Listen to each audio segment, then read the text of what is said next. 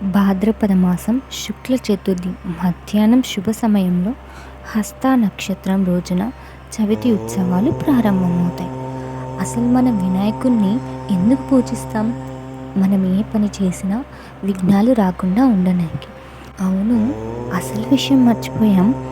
అసలు మనం అందరం ఇలా కలిసి ఉండడానికి, కలిసి పూజ చేయడానికి కారణం ఎవరో తెలుసుకుందాం. 1892లో ప్రజా వ్యతిరేకంగా అందరూ కలిసి ఉండకూడదని బ్రిటిష్ వారు వినాయకుని పూజలు జరపకుండా చూసేవారు. హిందువులు సమావేశాలు జరపొద్దని బ్రిటిష్ ప్రభుత్వం నిషేధించింది. భారతీయ సమరయోధుడైన లోకమాన్య తిలక్ మొదట్లో వ్యతిరేకతను మొదలుపెట్టాడు. శివాజీ ఉత్సవాలు మొదటిసారిగా ప్రారంభించాడు.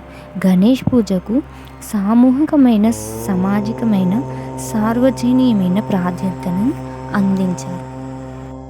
గజరూపకల రాక్షసులు శివుని ఘోరాతి ఘోరంగా తపస్సు చేసి శివుని ముక్తిని చేసుకొని ఒక కోరిక కోరాడట, నీవు ఎప్పుడు నాలోనే ఉండాలని.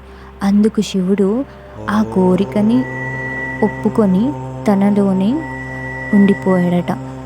ఇది తెలిసిన పార్వతీదేవి శ్రీహరి దగ్గరికి వెళ్ళి మొర పెట్టుకుందంట. అప్పుడు శ్రీహరి గంగిరెద్దుని తీసుకొని ఒక పథకం వేసి గంగిరెద్దుని ఒక వింత వింత వేషాలు వేసి గజరూప రాక్షసు దగ్గరికి వెళ్ళి నాట్యం చేస్తూ గజరూపుని ముగ్ధుని చేసి కోరిక అడిగారంట, నీలో ఉన్న శివుణ్ణి బయటికి తీసుకురా అని. అప్పుడు శివుడు బయటికి వచ్చాడంట. ఈ విషయం తెలిసిన పార్వతీదేవి చాలా సంతోషపడి మంచిగా అందంగా ముస్తాబవ్వాలని స్నానానికి వెళ్ళిందట. అప్పుడు నలుగు పిండితో వినాయకుడిని తయారు చేసిందంట. అందంగా చూడ చక్కగున్న తెలివైన బాలుణ్ణి తయారు చేసి ఇంటి ముందు కాపలాగా ఉంచిందంట. ఎవరిని లోనికి రానియకుండా చూడు నాన్న అని. అప్పుడు వినాయకుడు అమ్మ మాట జవదాటొద్దని ఎవరిని లోపలికి రానివ్వలేదు. అప్పుడు శివుడు అందరితో సన్నాయి మేళం చేసుకుంటూ ఇంటి దగ్గరికి వస్తే వినాయకుడు లోనికి రానివ్వలేదట. నన్నే ఆపుతావా అని కోపంలో శివుడు తన త్రిశూలం తీసుకొని వినాయకుని శిరస్సుని వధించాడు. అప్పుడు ఆ తల్లి స్నానాల గదిలో నుండి బయటికి వచ్చి, నా కొడుకుని, మన కొడుకుని అలా చేస్తారా అని చాలా దుఃఖంతో, కోపంతో రగిలిపోతుందంట. అప్పుడు ఆ శివుడు, శ్రీహరి, బ్రహ్మదేవుడు కలిసి గజరూప రాక్షసుని తలను తీసుకొచ్చి పెట్టారంట. అప్పుడు చాలా శక్తితో, బలంగా, తెలివిగా అన్ని రూపాలు కలిగిన వినాయకుడు తయారయ్యారు. ఇది ఇలా జరుగుతుండగా సప్త ఋషులు వచ్చి కొన్నాళ్ళకి శివుని, శ్రీహరిని ప్రాధేయపడ్డారంట. ఏ విఘ్నం జరగకుండా ఉండేందుకు ఒక దేవుడిని ఉంచమని.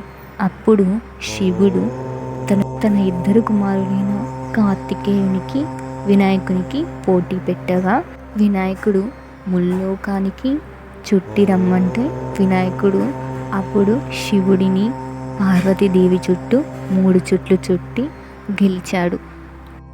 అప్పుడు వినాయకుడిని విఘ్నదాతగా పేరుకొచ్చాడు. కొన్ని రోజుల తర్వాత ఒకరోజు వినాయకుడు చాలా చక్కగా, చిన్న పిల్లాడు కదా, అన్ని ఆహారాలు తిని బయటికి వచ్చాడు. ఆశీర్వాదం తీసుకోవడం కోసం తల్లిదండ్రులకు వచ్చి తాను వంగలేకపోతుంటే పైన ఉన్న చంద్రుడు చూసి నవ్వాడంట. అప్పుడు పార్వతీదేవి కోపంగా, నిన్ను వినాయకుడు పుట్టినరోజు ఎవరైనా చూస్తే వాళ్ళకి నిందలు తప్పవు అని. అప్పటి నుండి మనం ఏ రోజు వినాయకుడిని చూడము.